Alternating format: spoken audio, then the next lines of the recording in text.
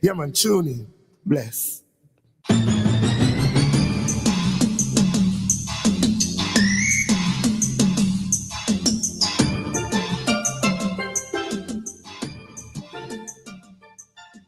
Welcome to BFM's 3 p.m. News. I am your presenter, Nerissa Bostwick. On the local scene, the St. Vincent Electricity Services Limited VINLEC will be hosting its annual Environmental Health and Safety EHS Awareness Month 2025. VINLEC will host a month-long series of activities under the theme AI in Action, Transforming Safety, Protecting Lives, as it explores the intersection of innovation and well-being. The activities are aimed at educating, engaging, and empowering staff and communities to prioritize safety and well-being while highlighting the growing role of artificial intelligence in advancing environmental health and safety practices.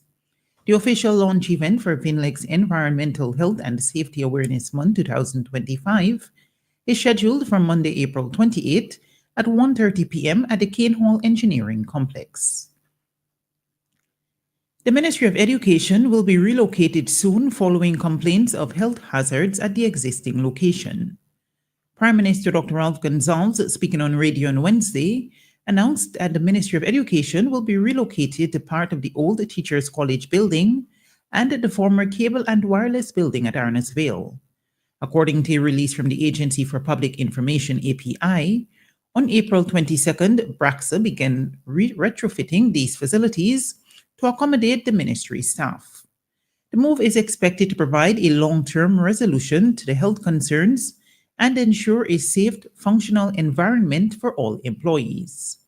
The Prime Minister said the move comes following reports of mold at the Ministry of Education, and in an effort to facilitate the relocation process, rental allocation for the Ministry of Education was increased.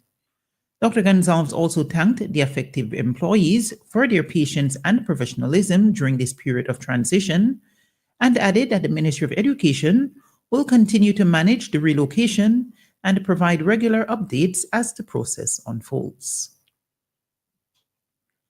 The Lauders Deliverance Baptist Church will be hosting the 30th Annual Police Appreciation Service this weekend. This year's service will be held on Sunday, April 27th, under the theme Enter into his gates with thanksgiving and into his courts with praise. It will commence at 2 p.m. at the Deliverance Baptist Church at Lauders. The appreciation service is a long-standing tradition of the Lauders Deliverance Baptist Church that honors the service and the dedication of police officers, both past and present. It provides a time for worship, reflection, and meaningful interaction among those in attendance. All retired police officers are invited to attend.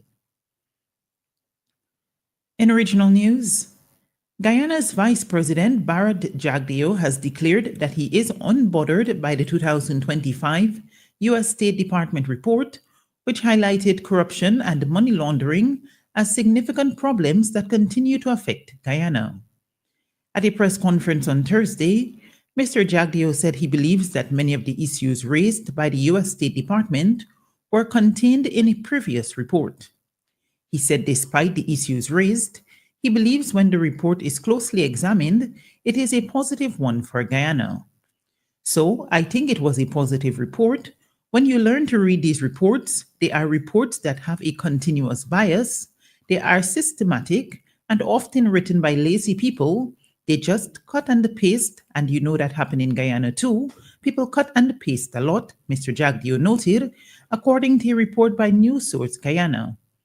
The vice president said while the report extensively deals with the drug trafficking problem in Guyana, there has been an increase of attempts to get large quantities of high-grade marijuana from the U.S. in Guyana. He noted that while there is heavy focus on the negative aspects of the report, persons should focus on the positives also, especially as it relates to the progress that Guyana has made in its fight against drugs and money laundering.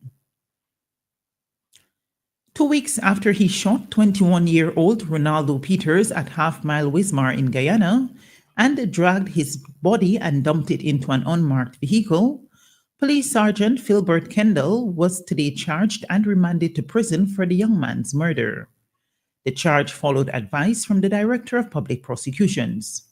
In court today, the police sergeant was not required to enter a plea to the indictable murder charge. His court appearance was brief.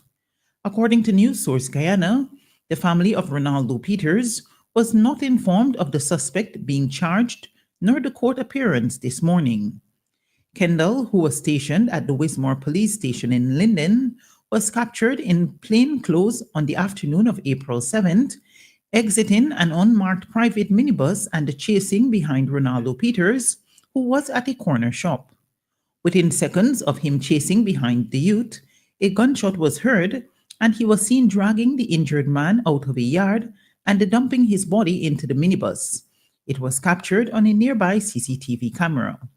According to reports, the injured youth was driven around in the back of the bus before it eventually went with him to the Wismar police station. At the station, the young man's body was transferred to a police vehicle and taken to the Mackenzie Hospital, where he was pronounced dead. On to news on the international scene. The UN World Food Programme says it has depleted all its food stocks in Gaza, where Israel has blocked deliveries of humanitarian aid for 7 weeks. Today, WFP delivered its last remaining food stocks to Hot Meals kitchens, it warned. These kitchens are expected to fully run out of food in the coming days. Israel cut off aid on March 2nd and resumed its offensive 2 weeks later after the collapse of a 2-month ceasefire, saying it was putting pressure on Hamas to release its remaining hostages. The UN says Israel is obliged under international law to ensure supplies for the 2.1 million Palestinians in Gaza. Israel says it is complying with international law and there is no aid shortage. Finally, in the news at this hour, a judge in Wisconsin has been arrested by U.S. federal authorities after allegedly trying to help an undocumented immigrant who appeared in her court avoid arrest. The U.S. Marshals Service told the BBC's U.S. partner, CBS News, that officers took Milwaukee County Circuit Judge Hannah Dugan into custody this morning. In a post on X, which was deleted minutes later, FBI Director Kash Patel alleged that Dugan allowed Eduardo Flores Ruiz, a Mexican national facing 3 misdemeanor battery counts, to escape from her courtroom. Eduardo had appeared in the Milwaukee court for a scheduled hearing on April 18th and was later apprehended by immigration authorities. This has been WFM's 3 p.m. News. I have been your presenter, Narissa Bostwick. Our next newscast will be presented at 5:30 p.m. Be sure to join us then.